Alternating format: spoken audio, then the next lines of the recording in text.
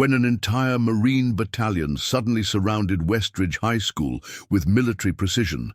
The quiet farmer's son, who had been suspended hours earlier for defending a disrespected veteran, smiled knowingly. No one yet realized his hidden connections to elite special operations would expose the school administration's years of systematic discrimination and forever change how this rural community honored its forgotten heroes. Before we jump back in, tell us where you're tuning in from, and if this story touches you, make sure you're subscribed, because tomorrow I've saved something extra special for you. The morning had begun like any other at Westridge High School in the rural community of Pinewood Valley. Students filed into the sprawling brick building under overcast October skies, backpacks slung over shoulders, conversations focused on upcoming exams and Friday's football game against their rivals. The American flag in front of the school hung limp in the still autumn air, its presence a silent reminder of the day's special guest. Jason Calloway, the 17-year-old son of local farmer Richard Calloway, sat quietly in his advanced placement. History class, his focus intense as Mr. Peterson introduced their guest speaker, a Vietnam veteran named Frank Wilson, who had agreed to share his experiences as part of their unit on American conflicts abroad. At 6'1", with broad shoulders from years of farm work, Jason could have easily been a football star, but he preferred the disciplined solitude of academic achievement and helping on his family's 200-acre farm. Mr. Wilson, a thin man with weathered features and a slight tremor in his left hand, stood before the class with quiet dignity. His faded Marine Corps cap rested on the desk beside him, the emblem worn but polished. His voice was soft but clear as he began describing the realities of combat and the challenges veterans faced upon returning home. The jungle was alive with dangers beyond just the enemy, Wilson explained, his gaze distant, as if seeing beyond the classroom walls.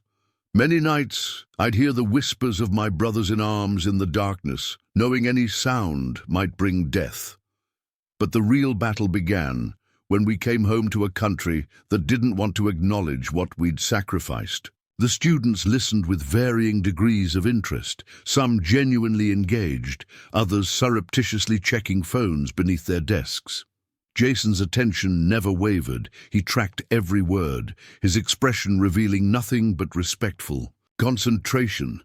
The atmosphere shifted when Bradley Kent, the school board president's son and captain of the football team, loudly snickered during Wilson's description of post-traumatic stress. When Wilson paused, visibly affected by the interruption, Kent leaned back in his chair, his Letterman jacket stretching across his shoulders like armor. "My dad says half those vets make up their problems to get government checks," Kent announced, with casual cruelty, his voice carrying through the suddenly silent classroom. "If they're so traumatized, why can't they just get over it, like everyone else with actual problems?"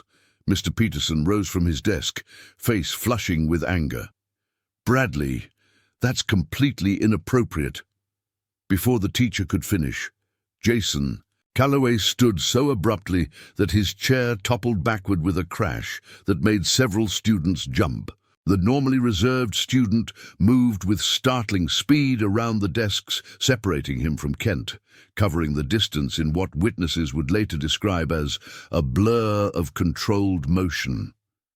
"Apologize," Jason demanded, his voice carrying an authority that seemed incongruous, coming from the quiet farmer's son. The single word cut through the room like a command, not a request. "Now," Kent smirked, looking to his friends for support before rising to his full height, 2 inches taller than Jason, but somehow appearing smaller in the face of the farm boy's focused intensity. "Chill out, farm boy. Not my fault your buddy's generation couldn't win their war." What happened next would be described differently by various witnesses. Some claimed Jason merely restrained Kent when the larger boy attempted to shove him. Others insisted Jason employed some kind of advanced defensive technique that left Kent immobilized but unhurt. Emma Delgado, seated in the front row, would later tell investigators she saw Jason move with the kind of precision you see in those Special Forces documentaries. All agreed on one thing. In less than 3 seconds, Bradley Kent found himself securely restrained, his attempt at aggression neutralized with such clinical efficiency that it appeared almost rehearsed. There was no wild punch, no dramatic showdown, just sudden, decisive control. "Mr. Wilson and every veteran deserves your respect," Jason stated, his voice steady despite the tension vibrating through the classroom. "They sacrificed everything while people like your father were finding excuses not to serve. They bled while others counted their money. They suffered while others mocked their pain." The words carried a weight beyond teenage righteousness. They held the bitter knowledge of someone who understood the reality of Wilson's experiences far too intimately for a high school student. By the time Principal Diane Gardner arrived, drawn by a panicked call from Mr. Peterson, Jason had already released Kent and returned to his desk. He sat with perfect composure, hands folded, expression revealing nothing as Kent sputtered accusations from across the room, his face flushed with humiliation rather than injury. "He attacked me!" Kent insisted, straightening his jacket with exaggerated movements. "The farm freak used some kind of kung fu move." "Jason Calloway, come with me immediately," Principal Gardner instructed, her voice tight with controlled anger. Her pearls gleamed under the fluorescent lights as she stood in the doorway, authority personified in her tailored suit and 20 years of administrative experience. "Fighting in school is grounds for immediate suspension, regardless of the provocation." As Jason collected his belongings with methodical precision, Mr. Wilson approached him, placing a weathered hand on his shoulder. "Son," he said quietly, eyes narrowing slightly as he studied Jason's face, "that wasn't necessary, but I won't forget it." Jason nodded almost imperceptibly, something unspoken passing between them that observers would later struggle to describe. Not friendship exactly. Something more complex, recognition perhaps, understanding between men who shared knowledge beyond the classroom's walls. "This isn't over," Jason responded, his voice too low for others to hear. Then, louder as he turned, "To follow the principal, thank you for your service, sir." In Principal Gardner's office, the suspension was immediate and non-negotiable. 3 days for physical altercation and disruptive behavior, according to the paperwork she prepared, while Jason waited silently, his posture perfect, even in the uncomfortable visitor's chair. His father would be called to collect him, and a disciplinary note would be added to his permanent record, potentially damaging his college applications despite his perfect GPA and stellar record. "I'm disappointed, Jason," Principal Gardner said, as she completed the forms with sharp pen strokes. "You've never been in trouble before. What possessed you to attack another student?" "I didn't attack him," Jason replied evenly. "I prevented him from disrespecting a veteran who was invited to share his experiences with us.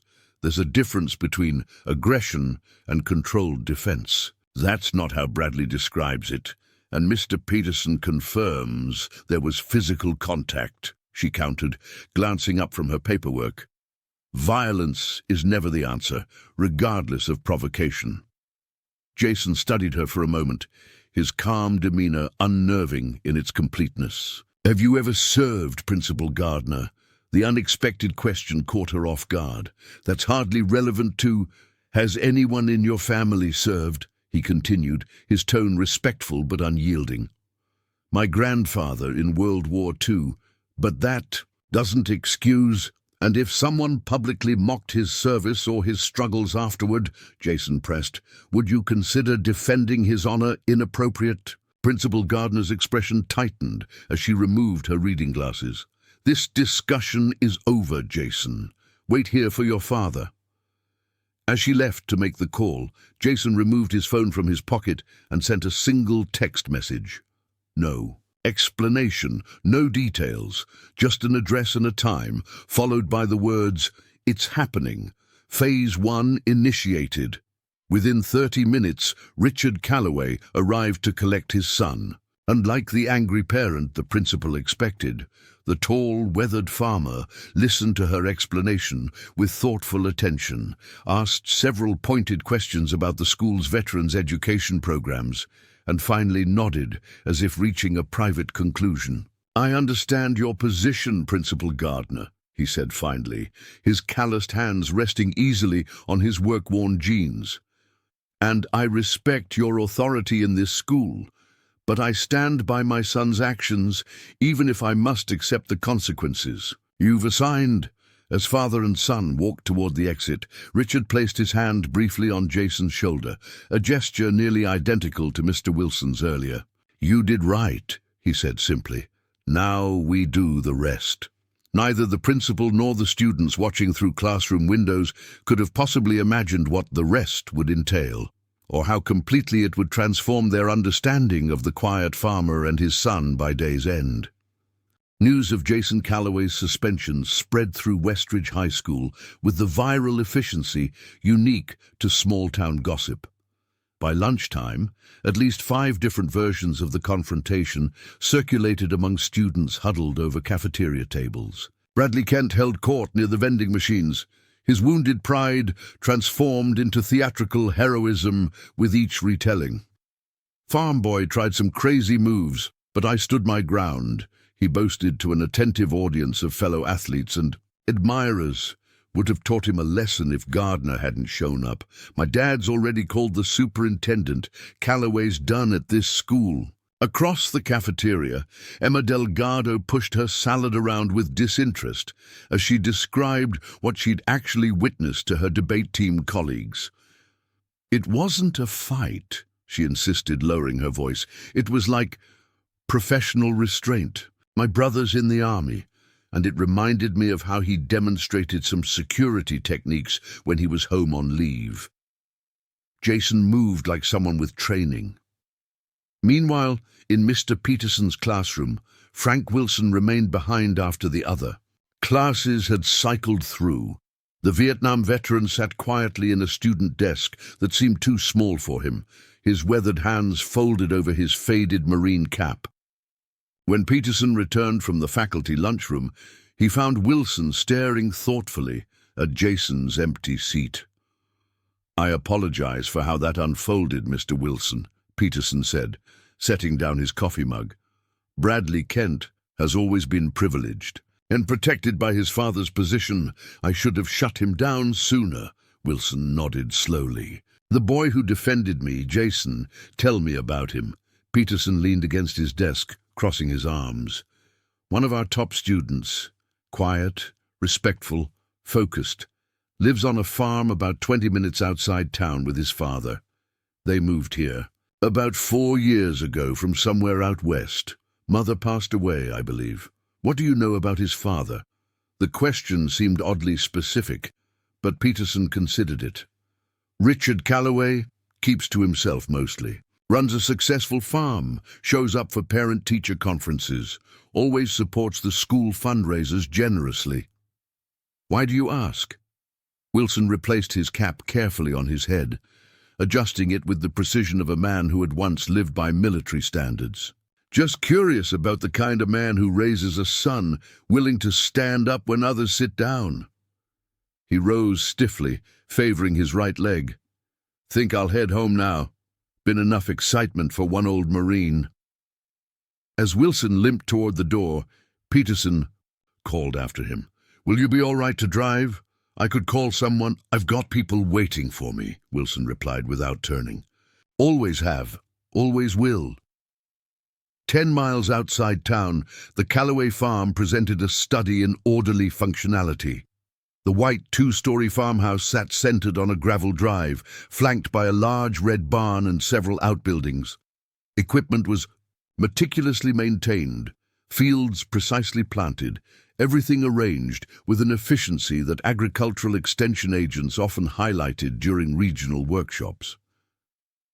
Inside the farmhouse kitchen, Jason sat at a heavy oak table, a mug of coffee, cooling before him as his father paced the worn linoleum floor, phone pressed to his ear. Richard Calloway's weathered face remained impassive as he listened to the voice on the other end, occasionally offering single-word acknowledgements. Understood. Yes. Confirmed, he said finally before disconnecting. He placed the phone carefully on the counter and turned to his son. They're mobilizing.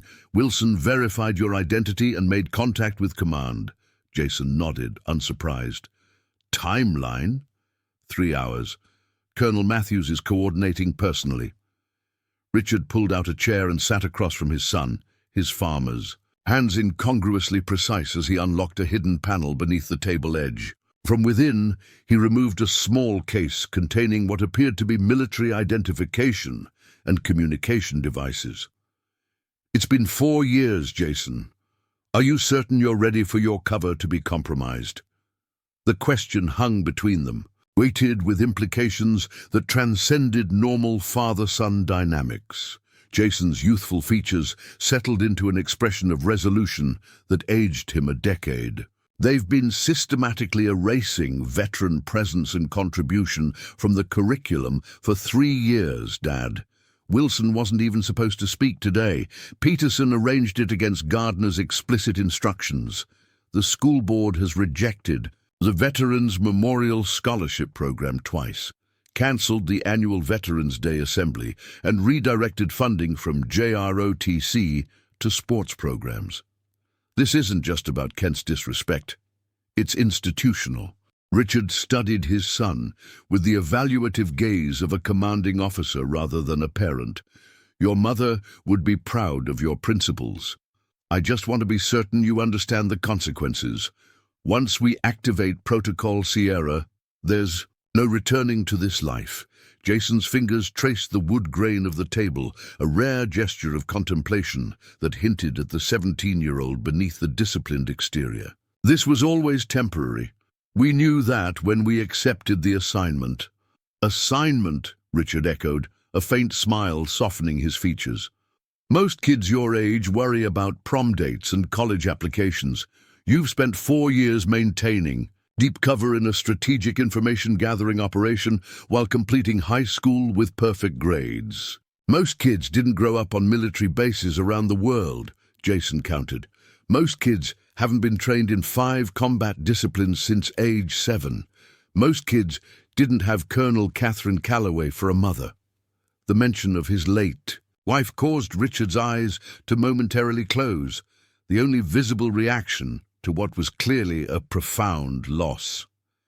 When he reopened them, all trace of the farmer had vanished. His posture straightened, shoulders squared with military bearing that transformed him despite his flannel shirt and worn jeans. If we do this, it needs to serve both justice and strategic objectives, he said, his voice taking on the crisp authority of command. The Marine Corps doesn't mobilize a presence unit for a simple school disciplinary issue. We need to ensure the documentation is rock solid. Jason reached for his backpack, removing a thumb drive in a protective case. 3 years of systematic documentation. School board meeting minutes, budget reallocations, internal memos, policy changes, and correspondence between Gardner and Superintendent Morris explicitly discussing methods to modernize away from military-centric historical narratives. His expression hardened. They've been deliberately erasing military service from this school's consciousness while maintaining public patriotic appearances. Richard took the drive, examining it before securing it in the hidden compartment. And you're prepared to be identified as the source of this intelligence. I'm prepared to complete the mission Mom started before her diagnosis, Jason replied, resolve evident in every syllable. Documenting systematic discrimination against military families and veterans in educational institutions was her final assignment. She chose this district because preliminary data showed it was becoming a template for other regions.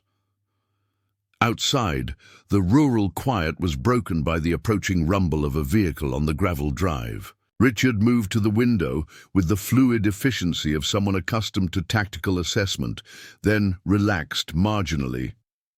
"Wilson," he confirmed. "Right on schedule." The battered pickup that pulled alongside the house seemed appropriate for a rural Vietnam veteran, its faded paint and minor dents suggesting decades of practical use. But as Frank Wilson emerged, his transformation was as complete as Richard's had been moments earlier. His limping gait had disappeared, replaced by the purposeful stride of an active operator. He moved with the contained energy of someone half his apparent age. Richard opened the door before Wilson could knock. The two men regarded each other with the mutual recognition of professionals who shared a common language beyond words. "Commander," Wilson acknowledged with a slight nod. "Major," Richard returned. "Been a while since Force Recon had to extract you from a hot zone." A thin smile crossed Wilson's face. "Wasn't as hot as Fallujah in 04. Your boy handled himself well, showed remarkable restraint considering the provocation." Jason had joined them at the door, standing slightly behind his father. "Kent's lucky I was playing a high school student and not running an actual operation. 4 years of listening to his family undermine veteran support programs while wrapping themselves in the flag for photo ops." Wilson's expression hardened. "It's broader than you know. After you left, I accessed Gardner's office while she was dealing with Kent's father. Found preliminary approval for removing all military service from the history curriculum entirely, except as contextual background. Next year's students wouldn't learn about specific battles, units, or military achievements, just broad political outcomes." Richard checked his watch. "We have 2 hours before mobilization. Let's review the documentation packet and prepare for Phase 2. Jason, secure communications. Major Wilson, I'll need your verification codes for the command authentication." As the three moved with synchronized purpose toward what appeared to be a normal den, but clearly served more specialized functions, the quiet farmhouse transformed into something else entirely. An operational planning center disguised behind rural domesticity, about to launch a precisely coordinated response that would shake Westridge High School to its institutional foundations. Back at the school, Principal Gardner sat in her office, phone pressed to her ear as she attempted to reassure Bradley Kent's father. "Yes, Mr. Kent, I understand your concerns. The Calloway boy has been suspended for 3 days, and this incident will appear in his permanent record." She listened to the angry demands from the school board president, her free hand nervously adjusting her pearl necklace. "Expulsion might be difficult without— Yes, I understand your position, but the disciplinary committee would need to—" Her explanation was interrupted by her secretary opening the door without knocking, an unprecedented breach of protocol that signaled something significant. "I'm sorry, Principal Gardner, but there's a Colonel Matthews here to see you. He says it's urgent and relates to this morning's incident." Gardner placed her hand over the receiver. "Colonel? Military colonel?" The secretary nodded, her expression conveying bewilderment. "He's in full uniform, with 2 other Marines. Tell him I'm in an important call with the school board president and will be available shortly," Gardner instructed, returning to her call. "Mr. Kent, I need to go. There appears to be some development regarding the situation. I'll call you back." She hung up, straightened her jacket, and composed herself before nodding to her secretary. "Send them in." What stepped through her door was authority personified. Colonel James Matthews, his dress blues immaculate, ribbons and commendations, creating a colorful tableau of service across his chest, stood flanked by 2 equally imposing Marines in uniform. His bearing alone transformed the principal's spacious office into cramped quarters. "Principal Gardner," he stated rather than asked, his voice resonant with the natural command of someone accustomed to being obeyed. "I'm here regarding the suspension of Jason Calloway. and what appears to be a pattern of discrimination against veterans and military families in your educational institution. Gardner's professional mask slipped momentarily before she recovered. "I'm sorry, Colonel, but student disciplinary matters are protected by privacy laws. I can't discuss specific cases with anyone other than the student's parents or legal guardians." Colonel. Matthew's expression remained impassive as he placed a leather portfolio on her desk and opened it with deliberate precision. "I'm not here as a curious bystander, Principal Gardner. I'm here as the commanding officer of a specialized Marine Corps unit tasked with investigating institutional discrimination against military personnel and their families, a unit that includes Commander Richard Calloway and his son, Lieutenant Jason Calloway, who's been operating under deep cover in your school for the past 4 years as part of a classified intelligence-gathering operation." The color drained from Gardner's face as the implications began to register. "That's impossible. Jason is 17. He's a student. His father is a farmer. Commander Calloway is a decorated naval intelligence officer temporarily assigned to the Marine Corps Special Operations Command for this investigation. His late wife, Colonel Catherine Calloway, initiated this operation before her death from service-related illness. Jason has been a commissioned officer in a specialized program for the past 3 years, with his academic work at your school serving dual purposes." The colonel's eyes narrowed slightly. "And at this moment, Principal Gardner, a battalion of Marines is en route to this facility to secure evidence of systematic discrimination and ensure no documentation disappears before federal investigators arrive." Outside, the first military vehicles had begun to appear at the school's perimeter, their arrival transforming an ordinary Wednesday afternoon into something Westridge High School would never forget. Students crowded against classroom windows as the convoy of military vehicles approached Westridge High School with methodical precision. 6 olive-drab transport trucks, led by 3 official SUVs, rolled into the parking lot, forming a strategic perimeter around the main building. The vehicles barely had time to stop before Marines in full uniform began deploying with disciplined efficiency, establishing secure zones and communications posts with the coordinated movements of a well-rehearsed operation. "Holy crap," whispered Ryan Jimenez, his cell phone filming through the chemistry lab window. "That's actual Marines, like a whole army of them." "It's a battalion, not an army," corrected Melissa Chen, the science club president. "And they look like they're setting up a command post. This is insane." Within 10 minutes, the school's normal rhythm had disintegrated completely. Students and faculty alike abandoned any pretense of continuing classes, gravitating toward windows and doorways as the military presence grew more substantial with each passing moment. A communications array sprouted near the faculty parking lot. Marines in digital camouflage established checkpoints at every entrance. Officers consulted tablets and building schematics with the focused attention of professionals executing a precision operation. In the cafeteria, Bradley Kent's earlier bravado had evaporated entirely. He huddled with his increasingly uncomfortable friends at their usual table, his face pale as he watched Marines enter the building through the main doors. "This can't be about this morning," he insisted, though his voice lacked conviction. "It's probably some drill or recruitment thing." Emma Delgado passed by, pausing just long enough to deliver a pointed observation.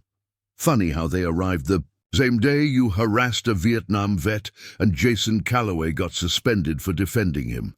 Just a coincidence, I'm sure." Outside Principal Gardner's office, a growing contingent of Marines had established what could only be described as a secure zone. 2 officers stood at attention, flanking her door, while others systematically secured the administrative wing. Teachers who attempted to approach were politely but firmly redirected to the faculty lounge until the situation is resolved. Inside, Principal Gardner's professional composure had deteriorated significantly. She gripped the edge of her desk, knuckles white, as Colonel Matthews continued laying out the situation in clinical detail. The documentation assembled over the past 4 years is extensive, he explained, removing files from his portfolio with methodical care. Budget reallocations away from veteran-related educational programs, systematic removal of military historical content from curriculum, internal communications explicitly discussing strategies to de-emphasize military narratives while maintaining superficial patriotic displays for community relations. He placed a particularly damning memo before her, her own letterhead, her own signature, directing counselors to avoid mentioning military service as a post-graduation option during career advising sessions. This pattern of discrimination violates multiple federal statutes, particularly given that this district receives special funding allocations based on its percentage of military family enrollment. Gardner found her voice, though it emerged strained with tension. This is completely disproportionate. Whatever concerns you have about our curricular decisions could have been addressed through normal administrative channels. This military occupation of a public high school is unprecedented and inappropriate. Occupation? Colonel Matthews raised an eyebrow. No, Principal Gardner, this is a federal evidence preservation operation, authorized under provisions specifically established to address institutional discrimination against protected classes, which includes military families and veterans. As for normal administrative channels, he continued, removing another document, this is the 3rd formal complaint filed with the Department of Education regarding your administration's policies. The previous 2 were mysteriously misplaced. At the regional office, a sharp knock at the door interrupted them.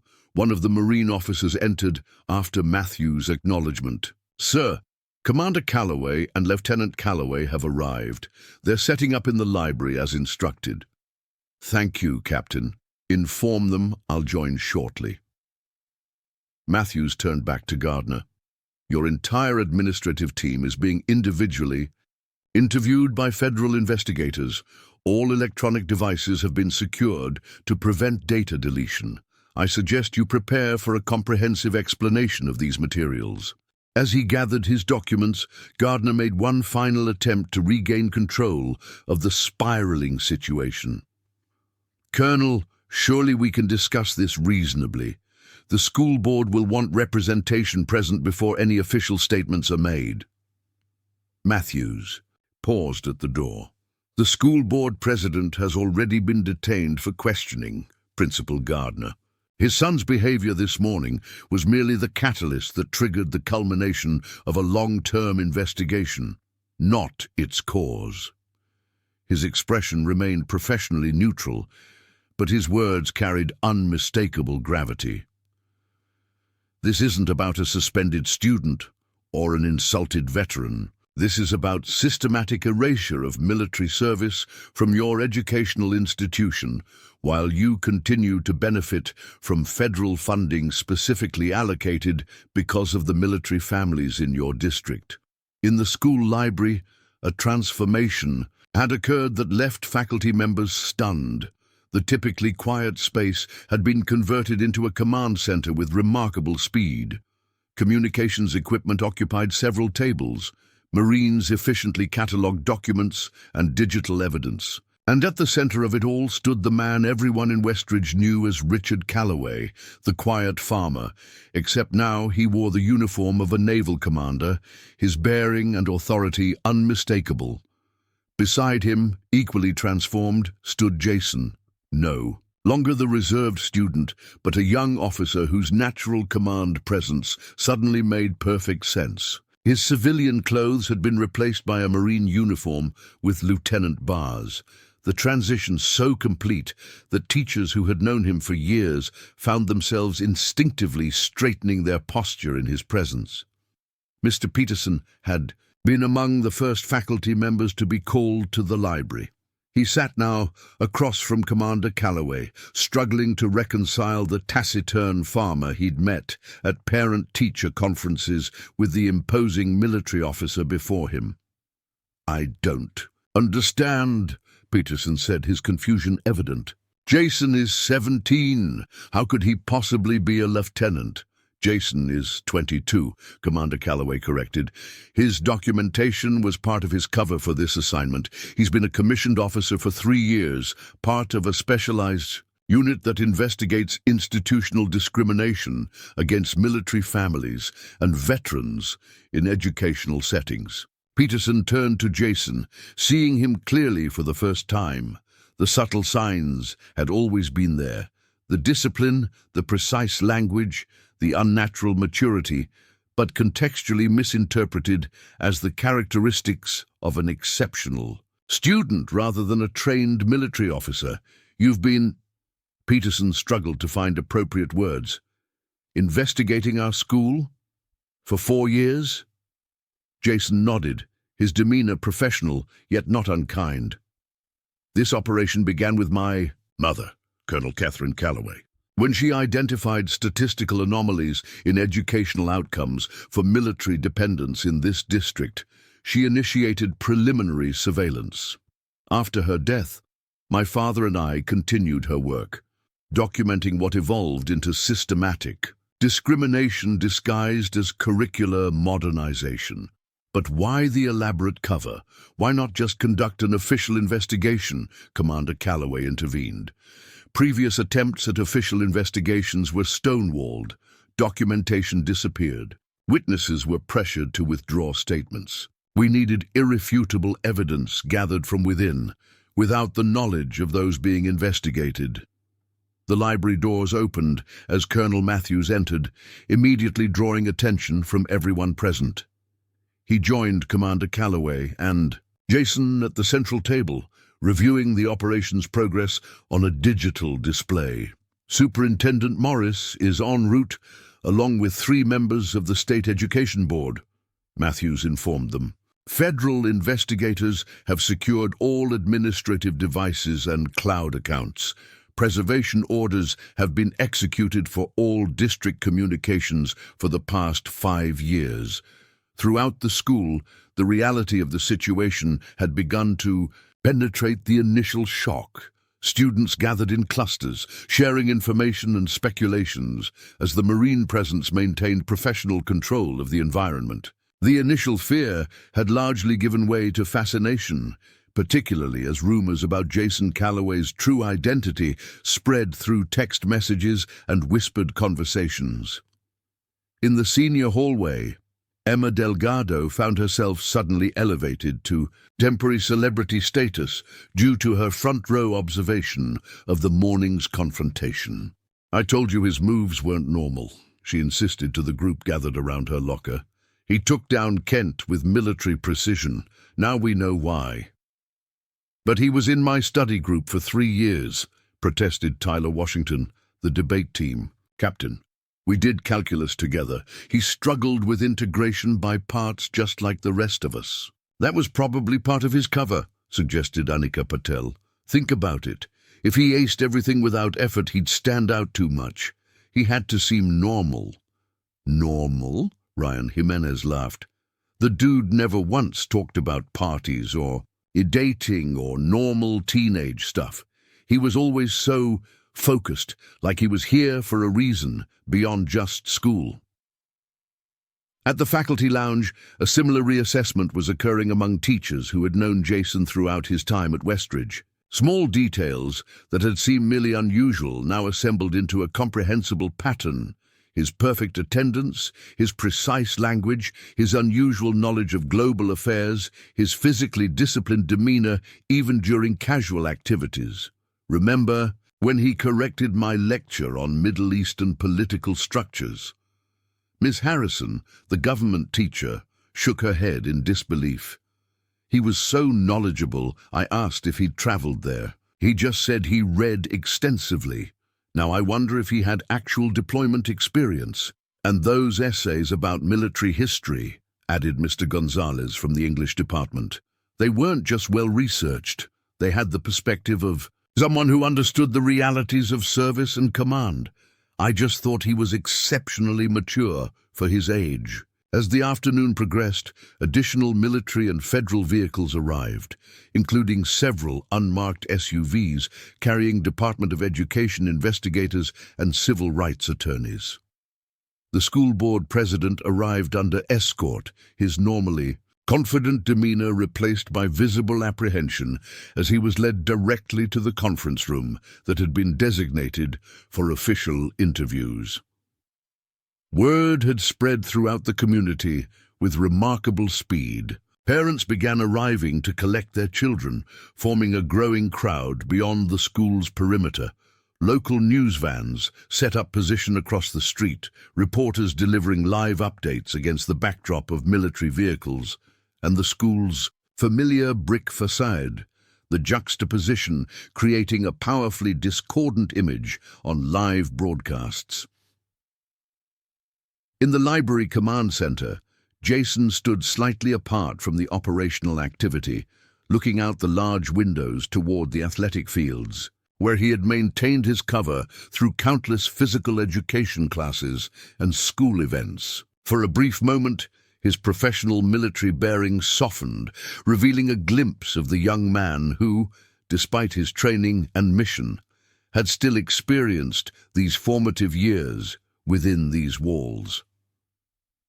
Commander Calloway approached, standing beside his son, in silent acknowledgement of the complex emotions this culmination represented. "Mom would be proud," Jason said quietly, his eyes still focused on the familiar view. "We completed her mission." "Catherine never did anything halfway," Commander Calloway replied, his voice carrying the weight of personal loss beneath professional accomplishment. When she identified discrimination against military families here, she was determined to root it out completely. She understood that what happened in this district was becoming a template for others across the country. Jason turned to his father, his expression resolute once more. "What happens after today to the school, to the students who had nothing to do with the administration's policies?" "Justice happens," Commander Calloway answered. "Accountability for those responsible, restoration of proper educational practices, and protection for future generations of military dependents who deserve education free from institutional bias." Colonel Matthews joined them, extending a tablet displaying incoming data. "The evidence preservation is proceeding effectively. We've already identified systematic budget diversion from mandated veteran-related programs to other initiatives, multiple instances of curriculum alteration specifically targeting military historical content, and internal communications explicitly discussing methods to discourage military recruitment presence while maintaining the appearance of support." "And the students?" Jason asked. "Will receive appropriate briefing about the situation," Matthews assured him. "We've arranged for several decorated veterans to speak with each grade level tomorrow about this situation and the importance of honoring military service in educational contexts." Outside, the afternoon sun cast long shadows across the school grounds as the Marine Battalion continued its presence, a physical embodiment of the accountability that had arrived at Westridge High School, not through traditional channels, but through the patient, methodical work of a mother, father, and son committed to completing a mission of justice long in the making.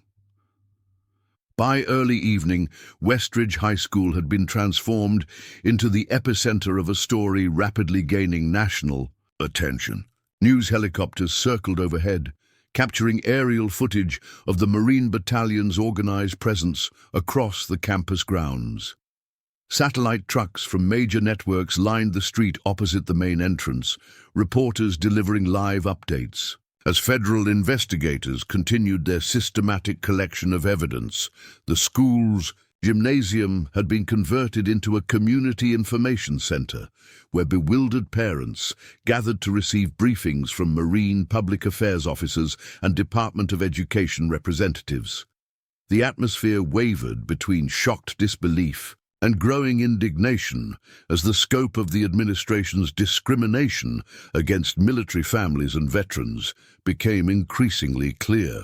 For the past 5 years, explained a Department of Education investigator to the assembled parents, this district has received approximately $2.4 million in federal impact aid specifically allocated because of the high percentage of military dependents enrolled here. These funds are intended to support educational programs that address the unique needs of military families and promote proper historical education regarding American military service.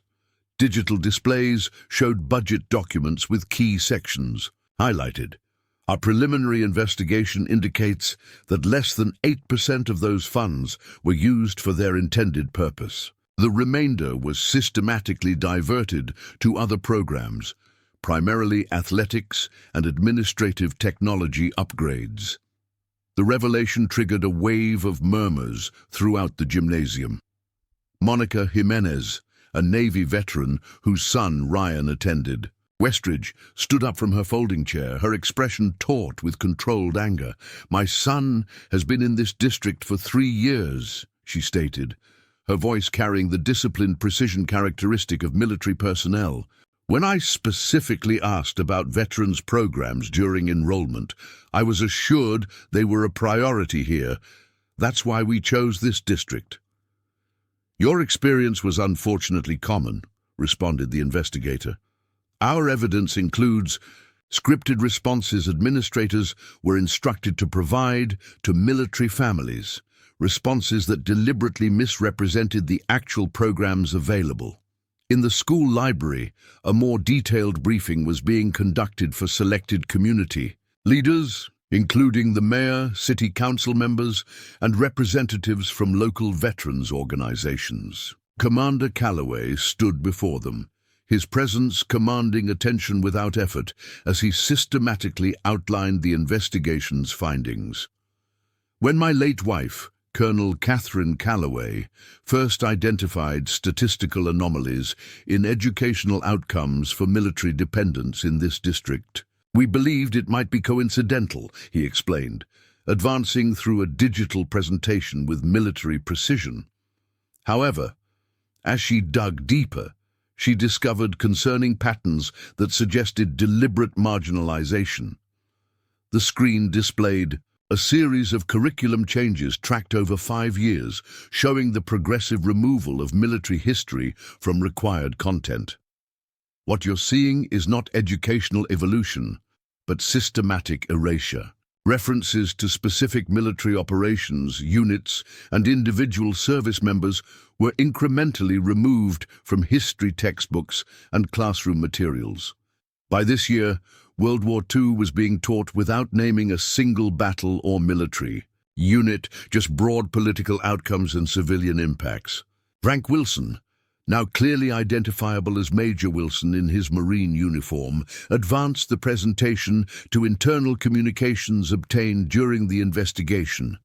This email exchange between Principal Gardner and Superintendent Morris explicitly discusses strategies to phase out military-centric historical narratives while maintaining patriotic window dressing for community relations. Their exact words. Mayor Eleanor Richardson, a normally composed political veteran, seemed visibly shaken. How was this allowed to continue? Surely someone noticed and reported it before now. "They did," Jason replied, stepping forward with a tablet displaying a series of formal complaints. 17 separate complaints were filed through proper channels over the past 5 years. All were either dismissed, lost in administrative processing, or addressed with superficial changes that were later reversed. The system designed to prevent this discrimination was itself compromised. The mayor turned to Colonel Matthews. "And this justifies a military operation at a public high school. Couldn't this have been handled through normal legal channels?" Matthews nodded, acknowledging the legitimate question. "Under normal circumstances, yes. However, 3 factors elevated this situation to require our direct intervention. First, the systematic destruction of evidence when previous investigations were attempted. Second, the discovery that this district was being used as a test case to develop discrimination methods that could be implemented nationwide. And third, the classified nature of some evidence that could only be properly handled by military personnel with appropriate clearance. This last point visibly surprised even the assembled local leaders. Commander Calloway continued the explanation. We discovered that Principal Gardner's husband works for a private educational consulting firm contracted by 17 other school districts across the country. The methodology being developed here, how to systematically remove military content while maintaining the appearance of patriotic support, was being documented as a formal strategic model for implementation elsewhere.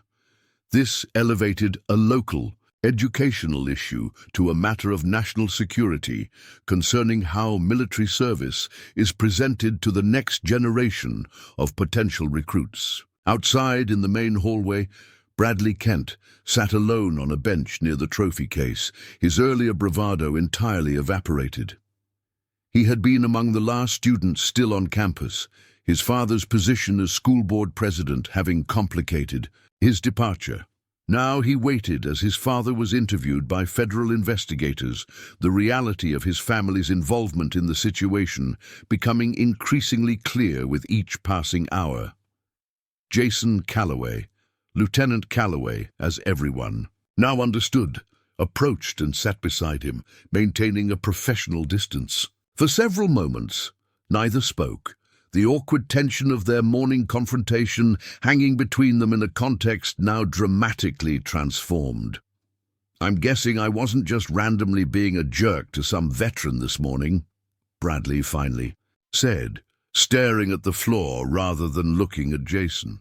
"Based on the timing of all this," he gestured vaguely at the military presence visible through the hallway windows. "The operation was already scheduled," Jason confirmed, his tone neither accusatory nor sympathetic. "But your comments to Major Wilson provided a catalyst that aligned with our timeline. It demonstrated the culture that had been cultivated here. Regarding military service," Bradley nodded slowly, processing this, "my dad told me the school was moving away from outdated military glorification in the curriculum. Said it was progressive educational philosophy." He finally looked up at Jason. Was he breaking the law? "That's for investigators and eventually the courts to determine," Jason replied carefully. "What I can tell you is that federal funding was accepted with specific requirements regarding military educational content, and those requirements were deliberately not met while the money was used elsewhere." A Marine officer approached, nodding respectfully to Jason. "Lieutenant, your presence is requested in the command center. The Secretary of Education is on the secure line." Jason stood, straightening his uniform with the unconscious precision of someone long accustomed to military standards. Before leaving, he paused, regarding Bradley with a complexity that transcended their previous roles as classmates. "For what it's worth," Jason said, "most of the students here had no idea what was happening at an administrative level. This isn't about assigning collective guilt. It's about correcting institutional discrimination." As Jason walked away, his bearing now unmistakably that of a military officer rather than a high school student, Bradley found himself confronting questions about his family's role in a situation far larger and more serious than he had ever imagined. In the administrative wing, Principal Gardner sat rigid with tension as Department of Education investigators continued methodically through their questions. The professional composure that had defined her 20-year educational career had fragmented under the weight of documented evidence now spread across her conference table. "Would you care to explain this directive, Principal Gardner?"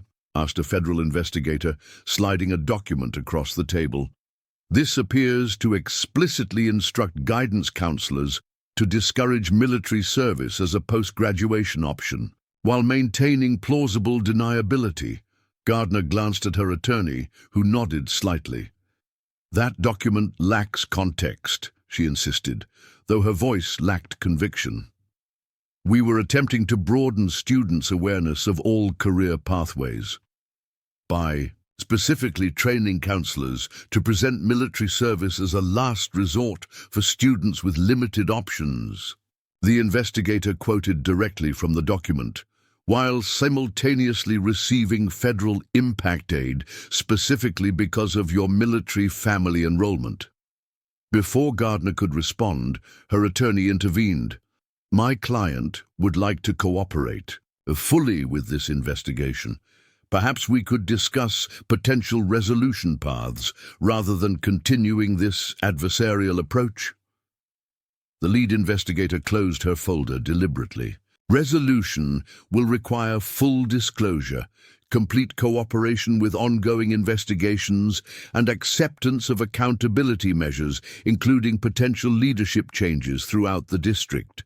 The Department of Education takes discrimination against military families extremely seriously, particularly when it involves misappropriation of federal funds." In the Library Command Center, the operational tempo had shifted from evidence gathering to documentation and preparation for broader consequences.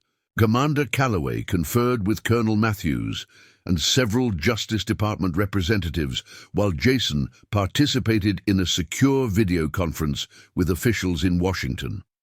"The Secretary is fully briefed and has authorized comprehensive intervention," reported a Justice Department attorney. "The district will be placed under federal oversight, effective immediately. All administrative personnel will be subject to review before determining who remains in position." Commander Calloway nodded, his expression revealing the personal satisfaction of completing his wife's mission while maintaining professional restraint regarding the outcome. "And the educational corrective measures?" "A specialized team of curriculum experts with backgrounds in military history and civic education will rebuild the affected content areas," confirmed a Department of Education representative. "Additionally, a permanent liaison position will be established to ensure military families have direct advocacy within the district leadership." Natintas. Colonel Matthews reviewed the operational timeline on his tablet. "We'll maintain presence until federal oversight is fully established. Based on current progress, that suggests approximately 72 hours before we can begin phased withdrawal." As evening fell, the school's exterior was illuminated by floodlights set up by the Marine operational teams, creating a surreal tableau that symbolized the exposure of long-hidden institutional discrimination. Local residents had gathered at the perimeter, some bringing food and coffee for the Marines, others simply bearing witness to a historic moment in their community. In a quiet corner of the command center, Jason found a moment of relative privacy. To call up a digital photo on his personal device, a family picture showing him at age 14, alongside his parents, all in uniform at his mother's promotion ceremony. Colonel Catherine Calloway's proud smile as she stood with her husband and son reflected none of the illness that would claim her life less than a year later. "We did it, Mom," he whispered, allowing himself a rare moment of emotional vulnerability. "She'd be proud," came his father's voice as Commander Calloway approached quietly, "not just of completing the mission, but of how you conducted yourself throughout. 4 years of deep cover in a high school environment would challenge many seasoned operatives."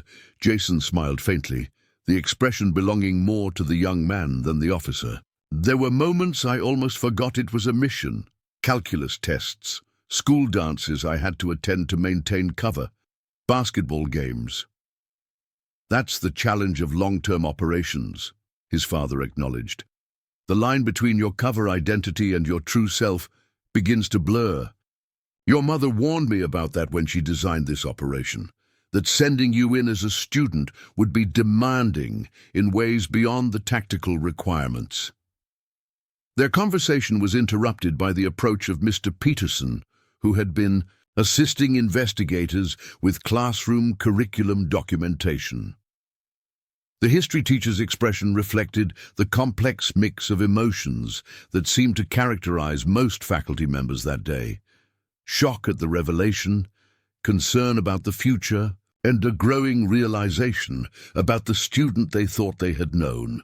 "Lieutenant Calloway," Peterson began, the title still sounding strange when addressing his former student, "I've been authorized to ask you a question that many of us have been wondering. Was anything about Jason the student real? Or was it all an operational cover?" Jason exchanged glances with his father, who nodded slightly, giving him discretion to respond appropriately.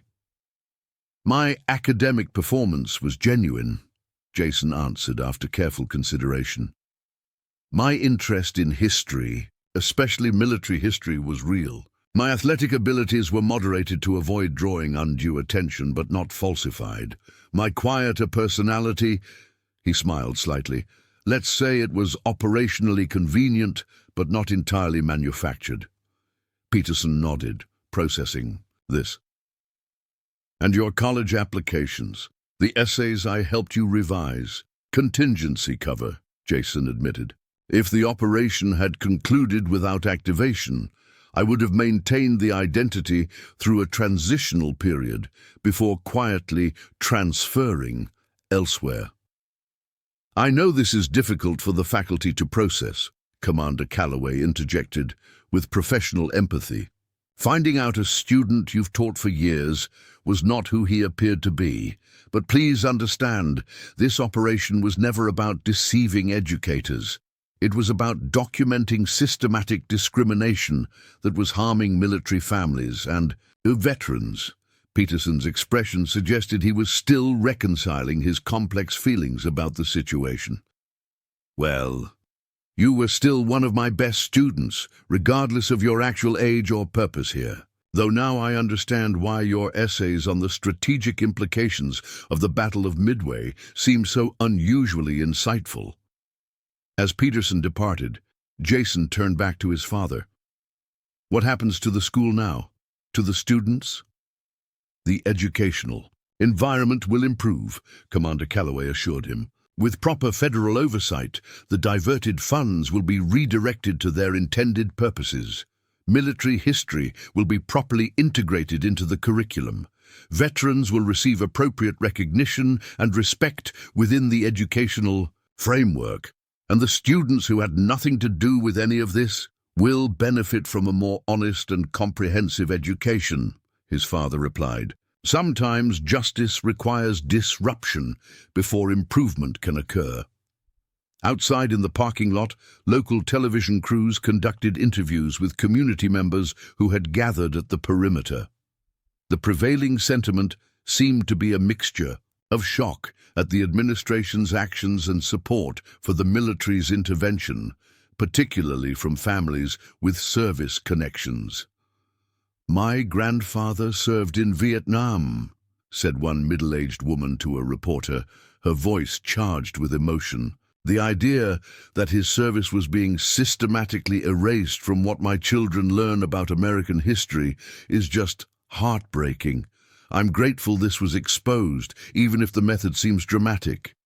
As the night deepened, the operational tempo at the school gradually shifted from active investigation to security and documentation. Marines maintained their presence with professional discipline, the battalion's deployment forming a protective envelope around evidence that would ultimately impact educational practices across the country. In Principal Gardner's office now, temporarily repurposed as an investigative hub, federal agents continued cataloging digital evidence recovered from the school's servers. The scope of the discrimination had proven even more extensive than initially believed, with documentation revealing a 5-year strategic plan to gradually eliminate all substantive military content from 18 subject areas while maintaining superficial patriotic displays for public relations purposes. The sophistication of this approach is what makes it particularly concerning, noted a Department of Justice analyst to Colonel Matthews as they reviewed the findings. It was designed specifically to avoid triggering traditional discrimination flags while systematically removing military perspectives from educational content. Matthews nodded grimly, which is precisely why conventional investigative approaches failed. The discrimination was engineered to appear as progressive educational reform rather than targeted exclusion. Without Lieutenant Calloway's deep cover documentation, this would have become the template for districts nationwide.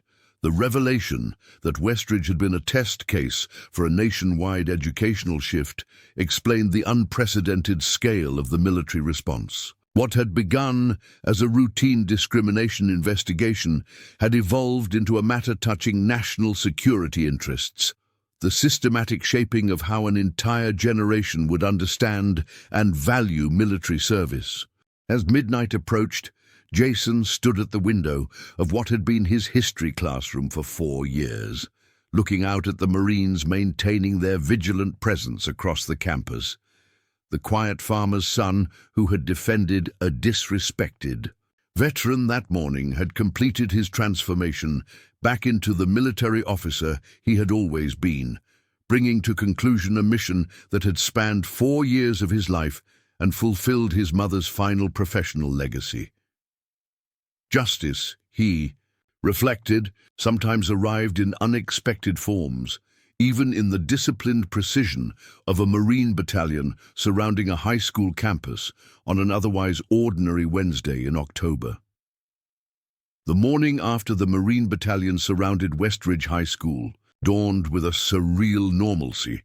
Sunrise painted the brick building with golden light that belied the extraordinary circumstances still unfolding on its grounds. Military vehicles remained stationed at strategic points around the campus, though their presence had been reconfigured overnight to accommodate the school's partial reopening. Superintendent Morris had issued an emergency notification. Classes would resume with a modified schedule, allowing students to attend while federal oversight teams continued their work. The decision reflected a delicate balance between educational continuity and investigative necessity, and the practical reality that keeping hundreds of teenagers away would only fuel greater community disruption. As students began arriving, they were greeted by an unusual dual presence: Marines in uniform stationed at entrances, conducting respectful but thorough bag checks, and Department of Education representatives distributing informational packets explaining the situation in age-appropriate terms. The atmosphere wavered between tension and curiosity, with students moving through the security measures with a mixture of apprehension and fascination. "This is officially the weirdest day of high school ever," remarked Annika Patel to her friends, as they cleared the security checkpoint. Marines checking backpacks, while Principal Gardner is nowhere to be seen. "My dad says she's been placed on administrative leave," responded Tyler Washington, lowering his voice despite the open setting. Along with the superintendent and most of the admin staff, Emma Delgado joined their group, her expression unusually animated. "Did you see who's in the main office? Military personnel handling administrative duties, and Mr. Peterson is serving as interim principal." This news spread rapidly through the arriving student body. The selection of the history teacher who had invited the Vietnam veteran seemed particularly fitting given the circumstances. His classroom door now bore a hastily printed sign, "Acting Principal, Temporary Office." Inside that classroom, Peterson was engaged in conversation with Commander Calloway and a Department of Education official. The history teacher appeared simultaneously overwhelmed and determined, his desk already covered with binders of operational protocols and student welfare guidelines. "We've arranged for counseling resources for any students struggling with the transition," the education official explained, sliding another folder across the desk. "And these are the interim curriculum adjustments approved for immediate implementation." Peterson nodded, accepting the materials with the serious consideration of someone who understood the weight of responsibility he'd unexpectedly inherited. And the staff meeting this morning? Colonel Matthews will briefly address the faculty to explain the federal oversight parameters, Commander Calloway replied. Then you'll take over to outline the practical daily operations under the transition plan. And Jason, or should I say Lieutenant Calloway? Peterson asked, the question reflecting the strange duality many still felt when reconciling their student with the military officer he'd been revealed to be. Will be present, but in an observational capacity only, Commander Calloway assured him. We understand the complex dynamics of having someone previously known as a student now visibly operating in a military oversight role. He'll be rotating out with the first phase of withdrawal tomorrow. In the school cafeteria, now repurposed. As a temporary faculty gathering space, teachers assembled with the subdued murmuring of people still processing shock. Their collective experience, discovering that a student they had taught, graded, counseled, and in some cases disciplined, was actually a military officer conducting a long-term undercover investigation, had created a professional identity crisis unlike anything in educational literature. I had him for 2 years in advanced calculus, Ms. Winters from the mathematics department said quietly to several colleagues. I once told him his approach to differential equations was insufficiently mature. A commissioned officer with specialized training. I made him run extra laps when he was late to gym class last year, Coach Barton added, shaking his head in disbelief, though now I'm wondering if he was deliberately underperforming in athletics the whole time. Their conversation halted as Colonel Matthews entered, accompanied by Commander Calloway and, most disconcertingly for the assembled educators, Lieutenant Jason Calloway. Now in full military uniform, his bearing and expression belonging entirely to his true identity rather than the student persona they had known. The contrast was jarring even for those prepared for it. Jason's physical presence seemed different, his posture more commanding, his movements more precise, his entire demeanor reflecting the authority of someone accustomed to military responsibility rather than the deference expected from a high. School student Colonel Matthews addressed the faculty with direct professionalism, outlining the transition plan and federal oversight parameters. As he spoke, many teachers found their attention repeatedly drawn to Jason, still struggling to reconcile their former student with the officer now standing before them. When the colonel concluded, he turned to Jason. Lieutenant Calloway has requested a brief moment to address you directly. Given the unique circumstances, we've approved this deviation from standard protocol. Jason stepped forward, his expression revealing a complexity beyond his years as he faced the educators who had unwittingly been part of his long-term mission. I want to thank you, he began, his voice carrying the assured tone of an officer, rather than the modulated restraint of his student persona, not just for your cooperation during this transition, but for the education you provided during my time here. While my presence had an operational purpose, the learning was genuine. He paused, seeming to choose his next words carefully. I recognize this revelation has created professional and personal discomfort for many of you. Finding out a student you taught, guided and evaluated was operating under a cover identity is understandably disorienting. I want to assure you that your teaching was taken seriously and valued, regardless of the circumstances. Ms. Harrison, the government teacher who had once praised Jason's unusual insight into international relations, raised her hand tentatively. May I ask a question, Lieutenant? Jason nodded, the formality of the address still strange in this context. Was anything real? Our interactions, your participation in class discussions, your work? The question seemed to resonate with the entire faculty, all looking to Jason with variations of the same fundamental uncertainty. The academic engagement was real, he answered after thoughtful consideration. My questions, my interest in the subjects, my learning, all genuine. What wasn't authentic was my presenting as a typical 17-year-old student with a typical background. I regret the necessary deception, but the educational relationships themselves were meaningful. This acknowledgement seemed to provide some measure of professional reassurance to the assembled educators. Coach Barton raised his hand next. Were you deliberately underperforming in physical education? He asked, a hint of his usual directness returning. A brief smile crossed Jason's face, a flash of the student they had known emerging momentarily through the officer's composure. Yes, sir. My training includes advanced combat disciplines and physical conditioning routines. Demonstrating my actual capabilities would have compromised my cover.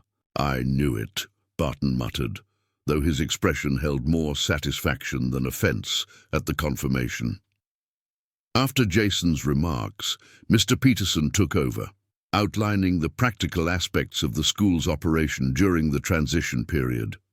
As he spoke, Jason quietly exited with his father and Colonel Matthews, their departure allowing the faculty to refocus on their immediate professional responsibilities. Throughout the morning, classes proceeded with a surreal blend of normalcy. An extraordinary circumstance. Marines remained visible at strategic locations throughout the building. Federal investigators continued their work in administrative areas. Students alternated between focused attention on lessons and distracted speculation about the unprecedented situation. In classrooms where military history formed part of the curriculum, previously omitted content was being rapidly reintegrated. Veterans who had been scheduled to speak throughout the year, but whose invitations had been administratively delayed, were being contacted for immediate rescheduling. By midday, national media coverage had shifted from the shock of military presence at a public high school to the substance behind the intervention. Major networks reported on the systematic discrimination against military families and veterans that had been documented, with policy experts discussing the broader implications for educational institutions nationwide. What makes this case particularly significant, explained a retired general on a major news broadcast, is that it represents a sophisticated approach to discriminatory practices, maintaining symbolic patriotic displays while systematically removing substantive military content from educational programs. The investigation suggests this model was being developed for implementation across multiple states. In the school library, now returned to its primary educational function, with the sections still reserved for federal operations, Bradley Kent sat alone at a corner table, staring at his untouched lunch. His social standing had collapsed overnight, as his father's role in the discriminatory practices became public knowledge. Former friends maintained careful distance, unwilling to associate with the most visible symbol of the administration's exposed misconduct. Jason, passing through in civilian clothes as he prepared for his scheduled departure, noticed Bradley's isolation. After a moment's consideration, he changed direction and approached the table. "Mind if I join you?" he asked, his tone neither sympathetic nor confrontational, simply human. Bradley looked up, surprise briefly overriding his dejection. "Why would you want to?" Jason set down his coffee and took a seat. "Because scapegoating individuals for institutional problems solves nothing. Your father's actions are being investigated, but you're not responsible for administrative decisions made before you were even in high school." "Everyone else seems to think differently," Bradley replied, gesturing vaguely toward the other students who occasionally glanced their way with undisguised curiosity. "People need time to process complex situations," Jason said. "They're still adjusting to the revelation that I wasn't who they thought I was for 4 years. Finding out your administration was systematically discriminating against military families while taking federal funds intended to support them. Seeing Marines securing their school, it's a lot to absorb. Bradley studied Jason with newfound awareness. How old are you, actually, if you don't mind me asking? 22, Jason answered. Commissioned at 19 after specialized training. And you spent 4 years pretending to be a high school student. Bradley shook his head in disbelief. That sounds like torture. A faint smile crossed Jason's face. It had its challenges, though some aspects of the mission were more difficult than others. Like what? Bradley asked, genuine curiosity temporarily displacing his personal concerns. Like maintaining operational security while building authentic relationships, Jason replied after brief consideration. Like witnessing systemic discrimination against military families and veterans without being able to immediately address it. Like watching classmates make uninformed assumptions about military service because they'd been deliberately denied accurate educational content. Bradley winced slightly at this last point, recognizing his own behavior. I really didn't know about any of it. My dad always talked about modernizing the curriculum, making it more forward-looking. I never realized what was actually being removed. That was the point, Jason said. Subtle, incremental erasure that most students would never notice, removing specific battles from World War II lessons, discussing conflicts without naming military units or leaders, gradually shifting Veterans Day assemblies to focus exclusively on abstract concepts of service rather than actual veterans' experiences. Individual changes small enough to seem inconsequential, but collectively amounting to systematic erasure. Their conversation was interrupted by Emma Delgado approaching, her expression uncertain as she noticed their unexpected pairing. Lieutenant Calloway? Sorry, that still feels weird to say, she apologized, glancing between the two. Mr. Peterson asked if you could stop by his office before you leave campus today. Jason nodded. I'll be there shortly. Thank you, Emma. As she departed, Bradley watched Jason with a newfound respect that transcended their previous antagonism. So what happens now? To the school, to my dad, to everything? The investigation continues, Jason replied. Those responsible face appropriate consequences. The school rebuilds under federal oversight with proper educational content restored. And students like you have an opportunity to learn from this situation, to recognize that patriotism isn't just symbols and slogans, but understanding and honoring the actual service and sacrifice of those who've defended this country. Jason rose, gathering his coffee cup. For what it's worth, your reaction this morning wasn't entirely your fault. You were expressing attitudes deliberately cultivated by an educational environment designed to minimize the significance of military service. Breaking that cycle was exactly why this operation was necessary.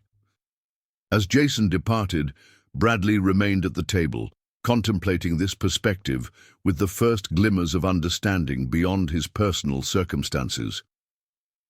Outside the main building, preparations were underway for the first phase of the Marine Battalion's withdrawal. As federal oversight became fully established, the military presence would gradually transition to civilian authorities, though the implications of what had been uncovered would continue to reverberate through educational institutions nationwide.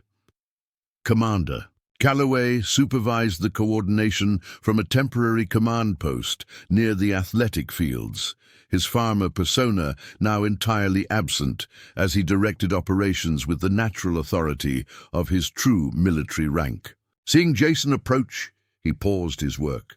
"Ready for extraction, Lieutenant?" he asked, a hint of paternal pride beneath his professional demeanor. Jason nodded.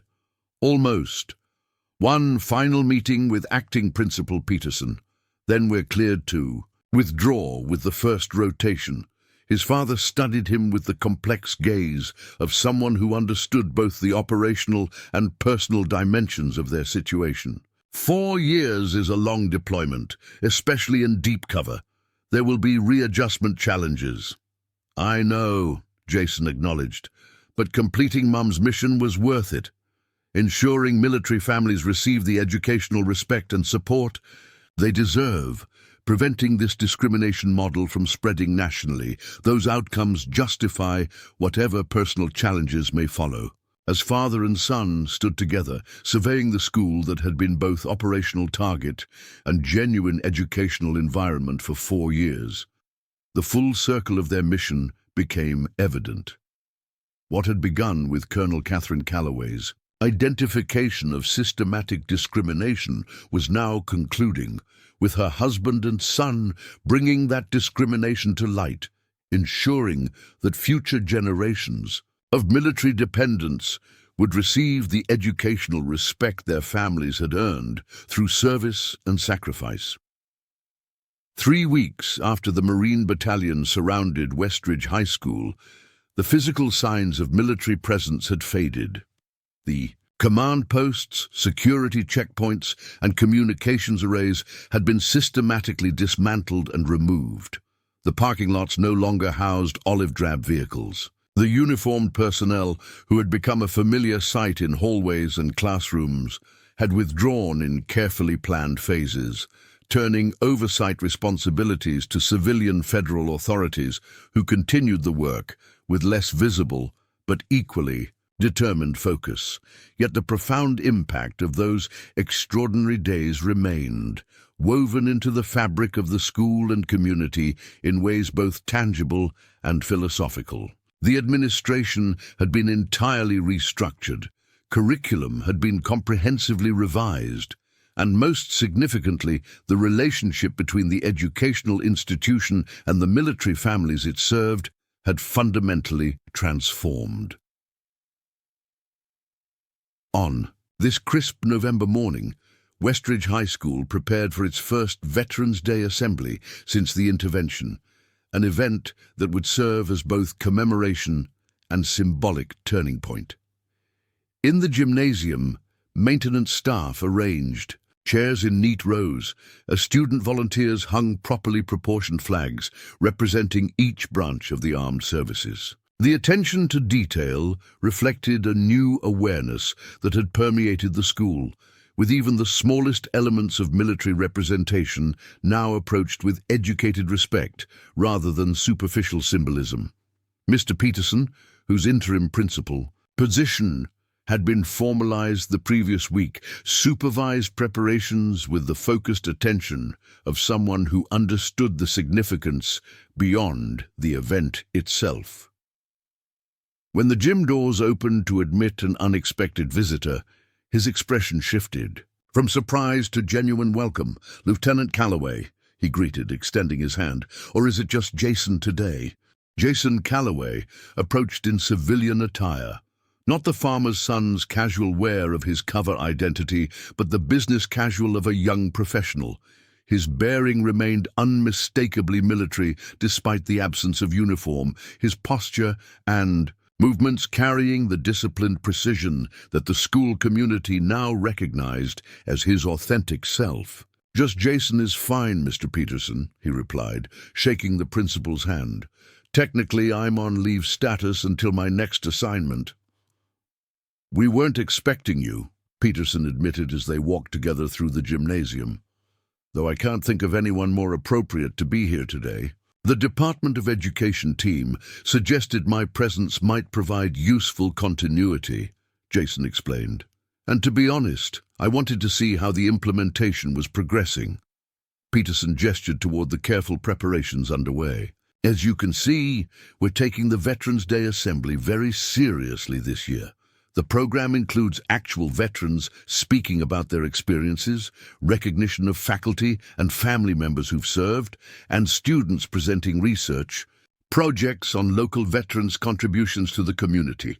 A significant improvement over last year's general celebration of service concepts," Jason noted, quoting directly from a memo they had uncovered during the investigation. "That's just the beginning," Peterson continued with evident pride.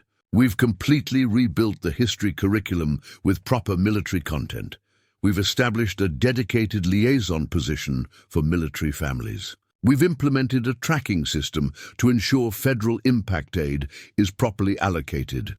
And we've initiated a Veterans History project where students interview and document the experiences of local veterans for the Library of Congress archives.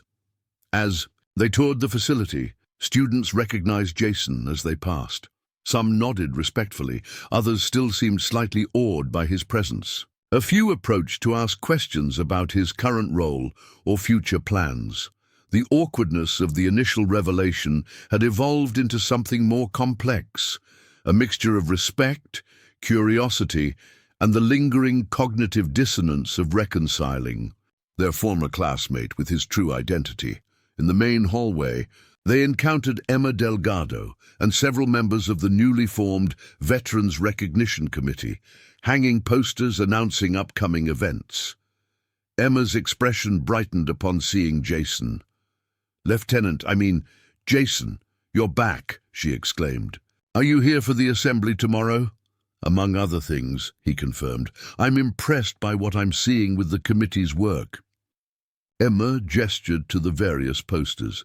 "We're organizing a series of veteran speakers throughout the year, not just on Veterans Day, and we're establishing a scholarship program for students entering military service or pursuing degrees in military history or international relations." "The transformation has been remarkable," Jason observed, "far beyond procedural compliance." "That's because it's student-driven now," Emma explained. "Once we understood what had been happening, many of us wanted to be part of correcting it. This isn't just about following federal guidelines. It's about reclaiming something important that was being systematically taken from us." As their tour continued, they passed the school library, which had served as the command center during the operation. Through the windows, Jason could see it had returned to its educational purpose, though with a notable addition: a new section dedicated to military history and veterans' experiences, prominently displayed rather than marginalized as it had been before. "Bradley Kent helped organize that, believe it or not," Peterson remarked, following Jason's gaze. "He's become one of our most dedicated advocates for proper recognition of military service. Quite a transformation from the young man who triggered this whole situation with his disrespectful comments." Jason paused, studying the scene with thoughtful consideration. His reaction was a symptom of the institutional problem, not its cause. "I'm glad he's found a constructive way to move forward." In Peterson's office, formerly Principal Gardner's domain, but now transformed with different decor and a more accessible arrangement, they discussed the broader impact of the intervention over coffee. The walls displayed framed military history documents, including a reproduction of the original Servicemen's Readjustment Act of 1944 and photos of local veterans throughout American conflicts. "The changes extend well beyond Westridge now," Peterson explained. 17 school districts across the country, the ones connected to Principal Gardner's husband's consulting firm, are undergoing similar federal reviews. The Secretary of Education has initiated a nationwide audit of how federal impact aid is being utilized in districts with high military family enrollment. "And locally," Jason inquired, "the school board has been reconstituted with proper oversight provisions. Superintendent Morris resigned last week, and criminal charges are pending regarding the misappropriation of federal funds. Principal Gardner has accepted a plea arrangement that includes cooperation with ongoing investigations into the nationwide implementation model." Jason nodded, absorbing this information with the analytical focus of someone assessing operational outcomes. "And the students? How have they processed everything?" Peterson smiled thoughtfully. "They've shown remarkable resilience and insight. The initial shock has evolved into something more productive, critical analysis of how educational content shapes understanding, questioning of authority structures, renewed interest in civic responsibilities. In many ways, they've received the most authentic civic education possible through living this experience." Their conversation was interrupted by a knock at the door. When Peterson called for entry, Bradley Kent stepped in, carrying a stack of program drafts for the Veterans Day assembly. He stopped abruptly upon seeing Jason, surprise giving way to a measured nod of acknowledgement. "Sorry to interrupt, Mr. Peterson," he said. "The Veterans Committee finished the program drafts for your approval." "Perfect timing," Peterson replied. "I believe you know our visitor." An awkward smile crossed Bradley's face. "Hard to forget the guy who exposed a national conspiracy while pretending to be my classmate." The attempted humor carried undertones of the complex emotions still being processed. Jason stood, extending his hand. "Good to see you, Bradley. Mr. Peterson was just telling me about your work with the library's military history section." Bradley accepted the handshake with newfound confidence. "Seemed like the right thing to do. My dad may have been part of the problem, but that doesn't mean I can't be part of the solution." He hesitated before adding, "Actually, I've been accepted to Georgetown for next fall, planning to study international relations with a focus on conflict resolution." "Impressive program," Jason noted with genuine approval. "The discipline will challenge you, but it's important work." After Bradley departed, Peterson regarded Jason thoughtfully. 4 years undercover in a high school environment, and your greatest achievement might be the transformation of a privileged bully into a thoughtful student of international relations." Jason smiled. "That was never the operational objective, but sometimes the most meaningful outcomes are the unplanned ones." As afternoon approached, students and faculty began gathering in the auditorium for a special pre-assembly presentation. Jason accompanied Peterson to the event, drawing curious glances as they entered. The purpose of the gathering had not been publicly announced, creating an atmosphere of intrigued anticipation. When Peterson took the stage, the murmuring crowd quieted immediately. "Thank you all for coming on short notice," he began. "We have a special announcement and presentation today, one that connects directly to the extraordinary events our community experienced last month." He gestured to the side entrance, where Commander Richard Calloway entered in full-dress uniform, accompanied by several distinguished military officers and Department of Education officials. The audience straightened instinctively at their presence. "Many of you know Commander Calloway as the father of our former student, Lieutenant Jason Calloway," Peterson continued. "What you may not know is that the investigation into educational discrimination against military families at Westridge was initially begun by his late wife, Colonel Catherine Calloway, before her passing." Commander Calloway took the podium with dignified presence, his military bearing commanding immediate respect. "Thank you, Principal Peterson, students and faculty of Westridge. I'm here today on behalf of the Department of Defense and the Department of Education to make a significant announcement. Following the successful conclusion of the investigation that my son and I continued on behalf of my late wife, the federal government has established the Colonel Catherine Calloway Educational Equality Initiative." He activated a digital presentation displaying the details of the program.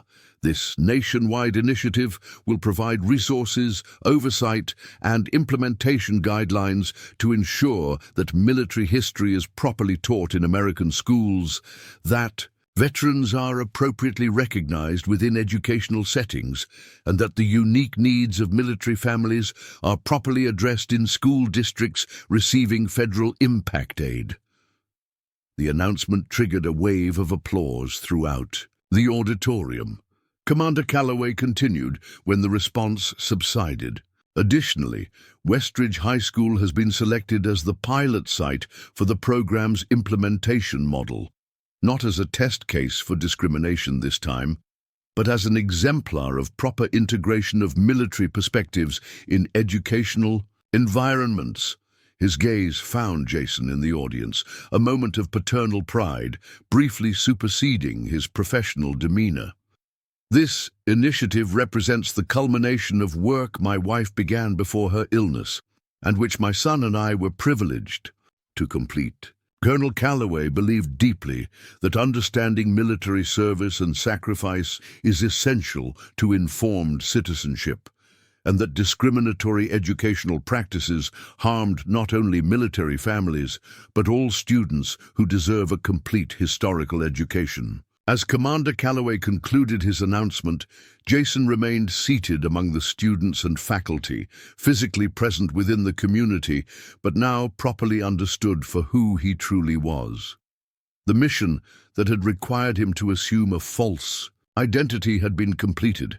The undercover operation had concluded, but the impact of his 4 years at Westridge would continue to ripple outward, transforming educational practices across the country and ensuring that future generations would receive the complete historical education that was their right as American citizens.